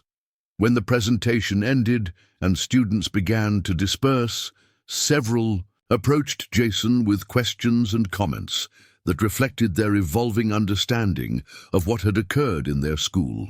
Their engagement demonstrated the most meaningful outcome of the operation, not just institutional compliance or administrative accountability, but genuine appreciation for the military perspectives that had nearly been erased from their educational experience. As Jason prepared to depart the campus that had been his operational posting for 4 years, he paused at the main entrance, looking back at the building where he had maintained his cover identity through countless classes, exams, and school events. The farmer's son, who had defended a disrespected veteran, had completed his transformation back into the military officer he truly was, leaving behind a legacy of educational integrity that would benefit students long after the dramatic events that had exposed systematic discrimination. The Marine Battalion that had surrounded Westridge High School that October afternoon had withdrawn completely, their visible presence no longer necessary.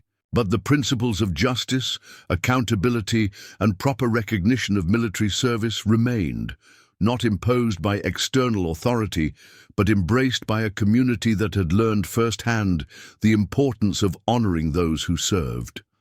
1 year after the Marine Battalion surrounded Westridge High School, the community gathered for the dedication of a new campus addition, the Colonel Catherine Calloway Center for Military History and Civic Education. The modern 2-story building stood adjacent to the main school facility, its architecture blending seamlessly with the existing structures while incorporating subtle design elements that honored military precision and purpose. American and service. Branch flags flew from perfectly spaced poles along the curved entry path, each mounted according to proper protocol, a detail that would have gone unnoticed before the events of the previous year, but now represented the community's educated respect for military traditions. Inside, the center housed specialized classrooms for military history studies, a resource library containing thousands of volumes on American military operations and veterans' experiences, a conference facility for community educational events, and a memorial hall displaying the service histories of local veterans throughout American conflicts. What had begun as a federal correction of discriminatory practices had evolved into something far more meaningful, a community-embraced commitment to honoring military service through substantive educational initiatives rather than superficial patriotic displays. Principal Peterson stood at the podium on the center's front steps, addressing the assembled crowd of students, parents, educators, and community members. Behind him sat a row of distinguished guests, including several high-ranking military officers, Department of Education officials, and 2 individuals whose presence generated particular interest. Commander Richard Calloway and Lieutenant Jason Calloway returned for this special occasion. 1 year ago, Peterson began, his voice carrying across the attentive crowd, our school and community experienced an extraordinary intervention that revealed systematic discrimination against military families and veterans in our educational practices. What could have been merely a federal correction became instead a transformative opportunity, a chance to build something meaningful from a difficult revelation. He gestured toward the building behind him. The Colonel Catherine Calloway Center represents far more than compliance with federal guidelines. It embodies our community's commitment to ensuring that military service and sacrifice are properly understood, respected, and integrated into our educational mission. It stands as a living memorial to a dedicated officer who identified educational discrimination and whose family courageously completed her mission. As Peterson spoke, Jason surveyed the gathered crowd from his position on the stage. He recognized many familiar faces, students he had known during his 4 years undercover, teachers who had unknowingly instructed a military officer believing him to be a teenager, community members who had accepted the quiet farmer and his son without questioning their background. The cognitive dissonance that had characterized his initial revelation had largely faded, replaced by a community-wide understanding of the extraordinary circumstances that had brought him into their midst and the positive changes that had resulted. When Peterson concluded his remarks, he introduced Commander Calloway, who approached the podium with the measured dignity that characterized his military bearing. Though still formally in service, Richard Calloway had transitioned to a specialized role overseeing the implementation of the educational initiative named for his late wife, his operational expertise now directed toward ensuring that the discrimination they had uncovered at Westridge never took root elsewhere.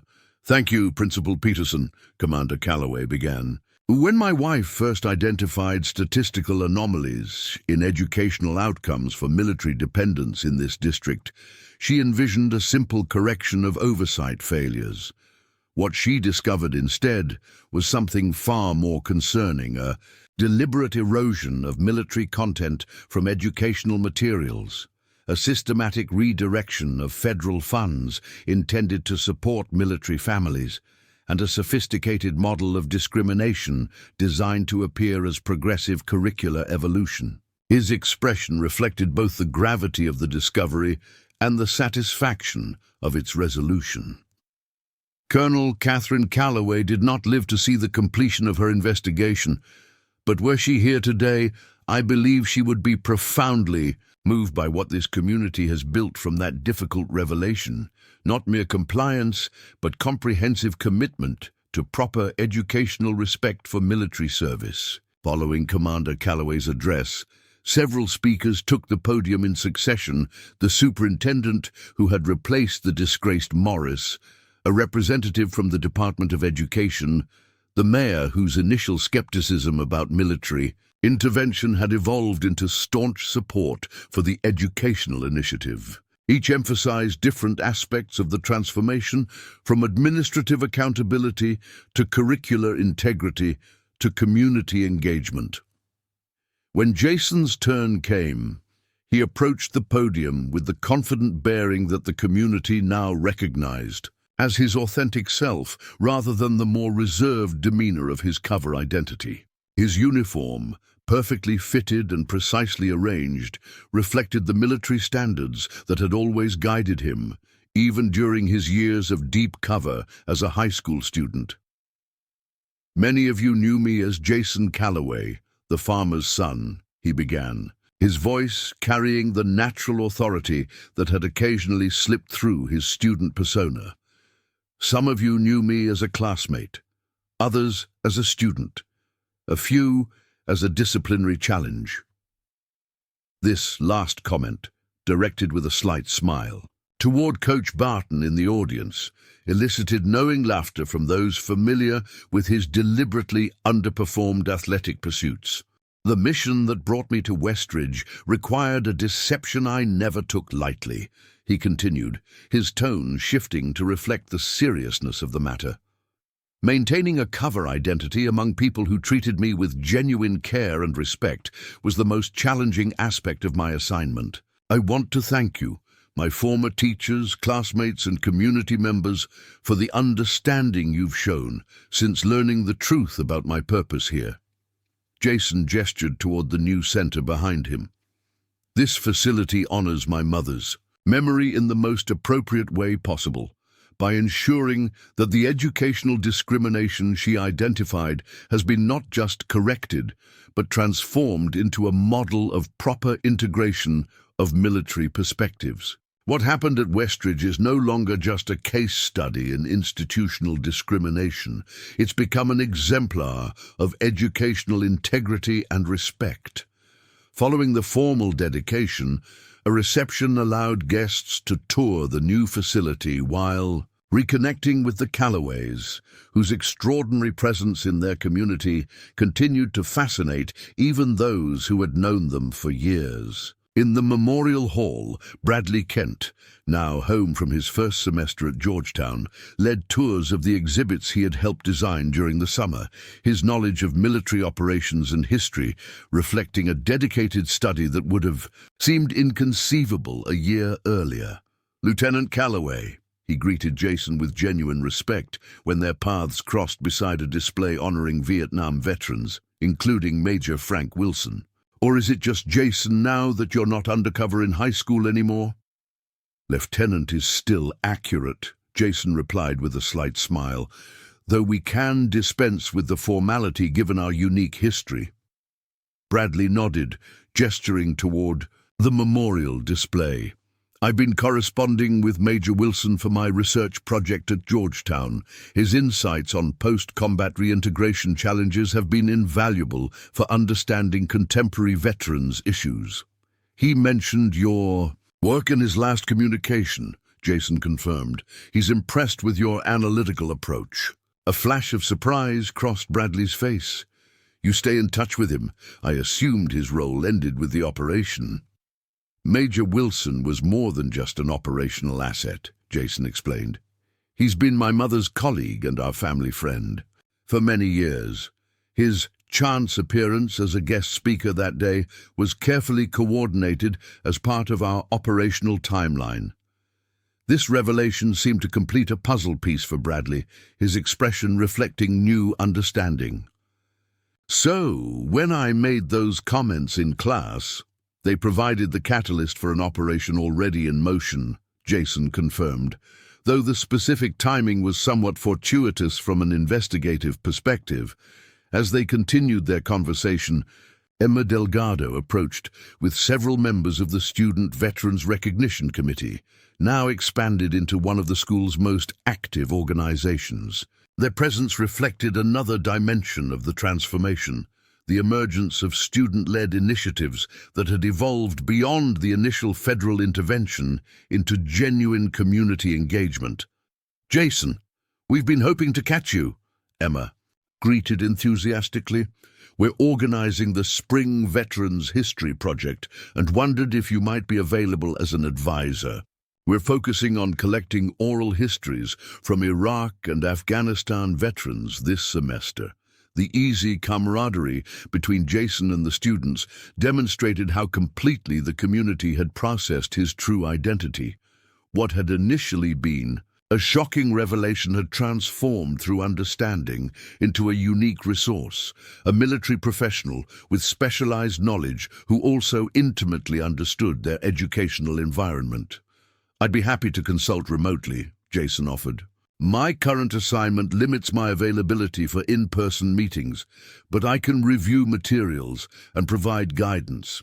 As the reception continued, Mr. Peterson joined their group, his manner reflecting the confident leadership that had characterized his transition from history teacher to principal. Under his guidance, Westridge had not merely corrected discriminatory practices, but emerged as a national model for proper integration of military perspectives in secondary education.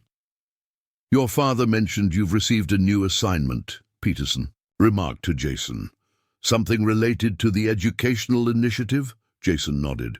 "I've been tasked with developing training protocols for the investigative teams being established throughout the country. essentially creating standardized methods for identifying patterns of discrimination, similar to what we uncovered here. Without the deep cover component, I hope, Peterson added with a knowing smile. Definitely, Jason confirmed. The Westridge approach was necessitated by specific circumstances. The nationwide implementation relies on transparent oversight and collaborative correction rather than covert investigation. Their conversation was interrupted by a call for attention as Commander Calloway prepared to unveil the centerpiece of the Memorial Hall, a dedicated installation honoring Colonel Catherine Calloway's service and the educational initiative that bore her name. The crowd gathered around the veiled display, conversation fading to respectful silence.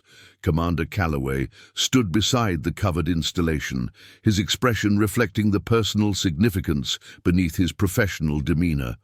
Jason joined, him, father and son, presenting a striking image of shared purpose and mutual respect.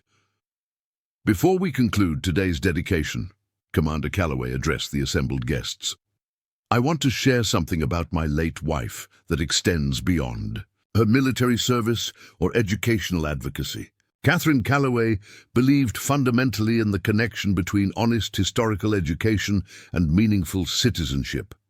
She understood that properly honoring military service isn't about blind patriotism or unquestioning support, but about genuine understanding of the human realities of service and sacrifice. He gestured toward the installation. This memorial includes Catherine's own words from her initial report identifying discriminatory practices in this district.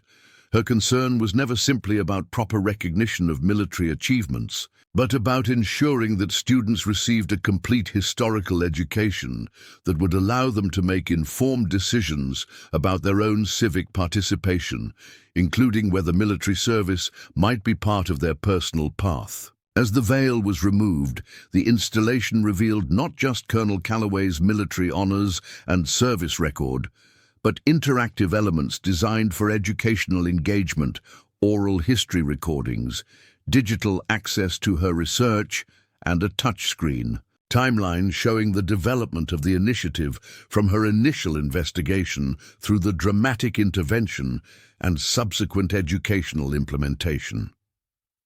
Following the unveiling, Jason found a moment of relative privacy in a quiet corner of the Memorial Hall, studying a photograph of his mother in her full-dress uniform, the same image that had sustained his sense of purpose throughout the 4-year undercover mission. The quiet farmer's son, who had defended a disrespected veteran, had completed his transformation back to his authentic self, his mission fulfilled, his mother's legacy secured through educational changes that would benefit generations of students. She would be proud, came his father's voice as Commander Calloway joined him. Not just of the operational success, but of how you've helped this community transform a federal intervention into something meaningful and sustainable. Jason nodded, his military composure momentarily yielding to the sun beneath the lieutenant. Sometimes I wonder if she knew how far-reaching this would become when she first identified the statistical anomalies. Knowing Catherine, his father replied with quiet certainty, she understood exactly the potential impact. She never undertook small missions. As they rejoined the reception, the significance of their journey hung in the air, not just the covert operation that had culminated in a Marine battalion surrounding a high school, but the deeper mission of ensuring that military service received the educational respect it deserved. The dramatic intervention had created headlines, but the lasting legacy was visible in the educational transformation that had followed. A community that now understood that honoring those who served required more than symbolic gestures, but genuine integration of military perspectives into the educational foundation of citizenship. The farmer's son, who had defended a veteran, had returned as the military officer he truly was, witnessing the meaningful changes that had grown from that. catalytic moment when justice arrived in the form of Marines surrounding a high school campus, not to impose military authority, but to protect the educational integrity that all students deserved. 5 years after the Marine Battalion surrounded Westridge High School, Lieutenant Commander Jason Calloway stood in Arlington National Cemetery beside his father, watching as the memorial marker for Colonel Catherine Calloway was updated to include her educational legacy. The simple addition, Founder, National Military Educational Equality Initiative, acknowledged what had grown from her initial investigation. A nationwide program ensuring proper representation of military service in American education, now implemented in over 300 school districts. At Westridge, her impact lived on. The Calloway Center had become a regional hub for veterans' oral histories. Bradley Kent, now completing graduate studies in international relations, had published his first paper on educational discrimination. Mr. Peterson had received national recognition for transformational leadership in educational reform. Mom would have considered this mission complete, Jason observed quietly. His father nodded. Catherine never sought recognition, just results. As they departed, Jason's phone buzzed with a message from the Secretary of Education. The final school district connected to Gardner's consulting firm had completed implementation of corrective measures. The quiet farmer's son who had defended a disrespected veteran, the lieutenant who had exposed systematic discrimination, and the commander he had become, had fulfilled the promise made at his mother's graveside years before, that her final mission would reach completion, whatever the cost. Up next, you've got 2 more standout stories right on your screen. If this one hit the mark, you won't want to pass these up. Just click and check them out. And don't forget to subscribe and turn on the notification bell so you don't miss any upload from us.